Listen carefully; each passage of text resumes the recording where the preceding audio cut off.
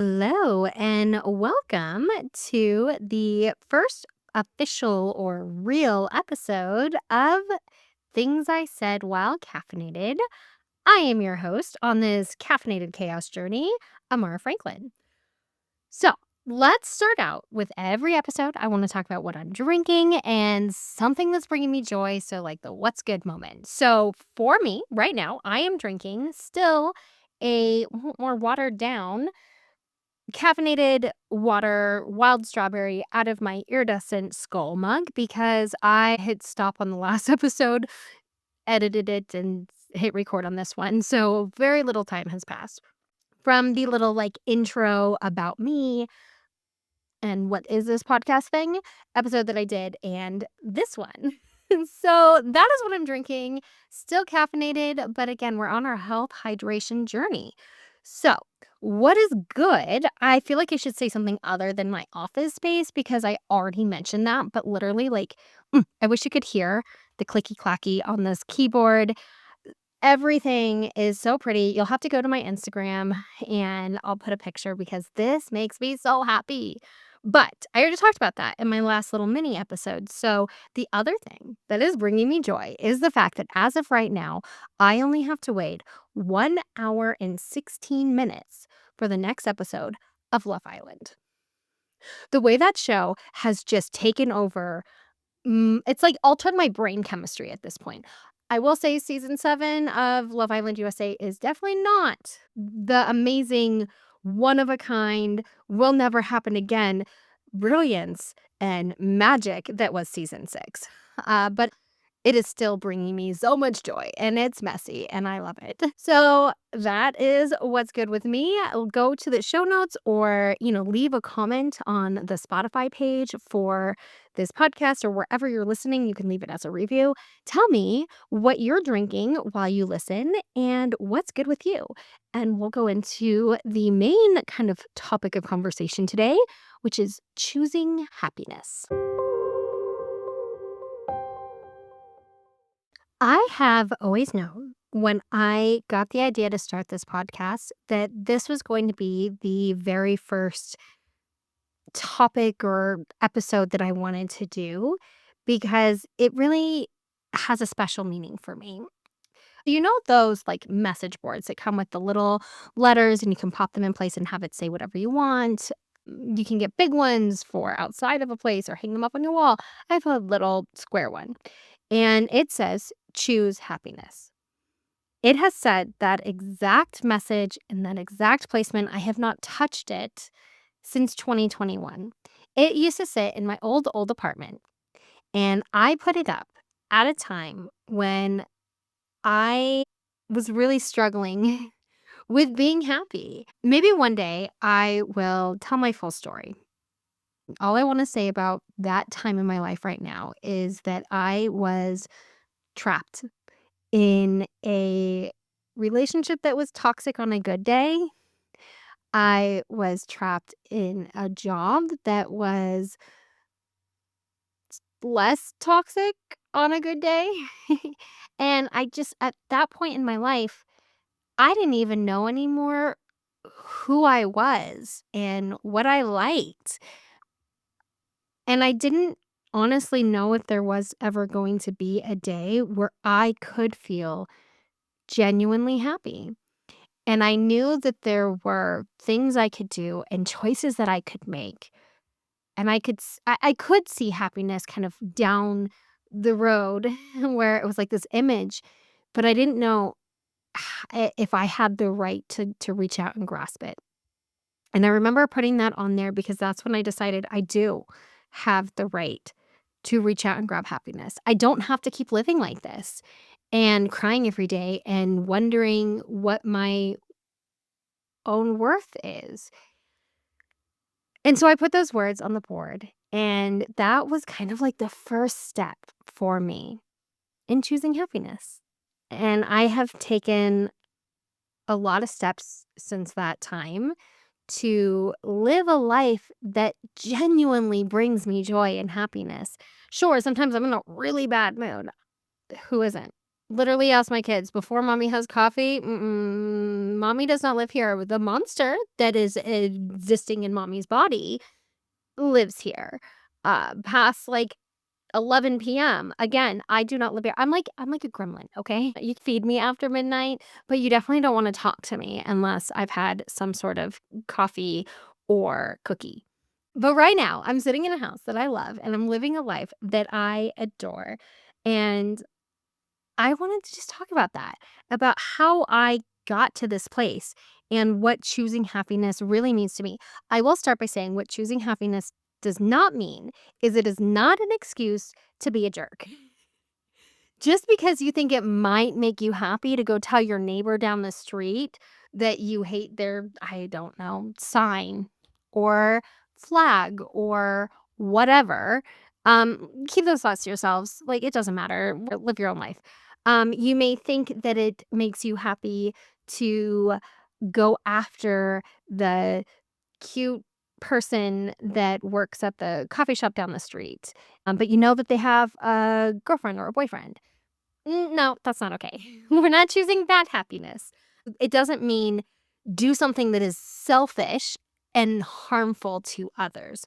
But what it does mean is go after the life that you want to live that will bring you joy while not hurting others. So, what that looked like for me, that meant leaving my toxic partner and leaving my toxic job and moving from the suburbs of the big city that I thought I wanted to live in to the small town the size of a toothpick that I swore when I left this town at 23 years old, I said I would never come back here. And at 38 years old, I came back here and I have never been happier. So at the end of the day, if something or someone is making you feel bad, it's got to go. It has to go. What are some things that you could do? Like, what does that actually look like? Again, for me, it was moving home. Maybe for you, it's moving to the city that you've always wanted to live in. Move to New York, move to LA, move to Portland, move to Denver, move to, I don't know, what other cities are there? Seattle, okay, we've got Seattle Grays. I know that's not a real place, but you know what I mean? We watch Grey's Anatomy, we see all the moody rain. Like, if you love coffee vibes, move to Seattle. I've never been to Seattle, by the way. Um, Move out of the country if you can. If you have the ability to pack up your things and get a travel visa and travel Europe, go do it. Go on the vacation. Quit a job you don't like. Go back to school. Start a business. Start a podcast or a YouTube channel. Write your book. These are all things that I can say in one way or another that I have done. I have done, I don't know, let me look at my list. I wrote it down. I didn't move to the city. I actually did the opposite of that again. I moved from the city back to a town the size of a toothpick, but maybe that's what you need. Maybe you are not a move to the city person. Maybe you are moved to the small town and have a farm. I don't know. I'm just making things up as I go. Go back to school or start a business, whatever that looks like for you. I went back to college to get my bachelor's degree at 38 years old. And in the beginning, I still kind of feel a little uneasy about that. Like, should I really be doing that? Is that really, like, is that weird? Is that embarrassing? But I'm not embarrassed. I'm proud. I'm proud because my life took me in a direction that I never thought it would take. And I almost feel like for that period of time, my life was on pause. And then I was able to hit play again. And here I am, just going after it. Starting the small business, I started the Indie Bookworm back in 2020. It was a book subscription box. It did not last very long. It is still existing in some form just as a website. And I am taking the time right now to really invest more time and effort into it to help promote indie authors. It doesn't make any money yet, but in the future, I hope to have like products or something that I can sell. I started my little shop called Things I Made While Caffeinated, and I sell like mugs and t-shirts and sweaters and things that I've designed. So I'm doing that right now because these are things that I love. Start that podcast. You're listening to it right now, baby. And a YouTube channel. Maybe you are not a like audio sit down talk to a microphone. Maybe you are a vlogger or you want to do a TikTok or something and you just really want to create content. Just do it. Literally just do it. You can do it with your phone. I started my YouTube channel, God, so many years ago, and I've struggled with growth because I take a lot of stops and starts, and I don't put the effort that I should into it all the time. But that is changing, my friends. But the point is, you can do it from your phone, and if I could do it from an old iPhone 7, you can absolutely do it with the iPhone or Android or whatever you have. Like, the technology has come so far that you can just do it. You could probably record a podcast from your phone. I've heard people do it. There's so many options out there. Like, whatever it is that lights you up inside, you just need to do it. Write your book. I wrote a book.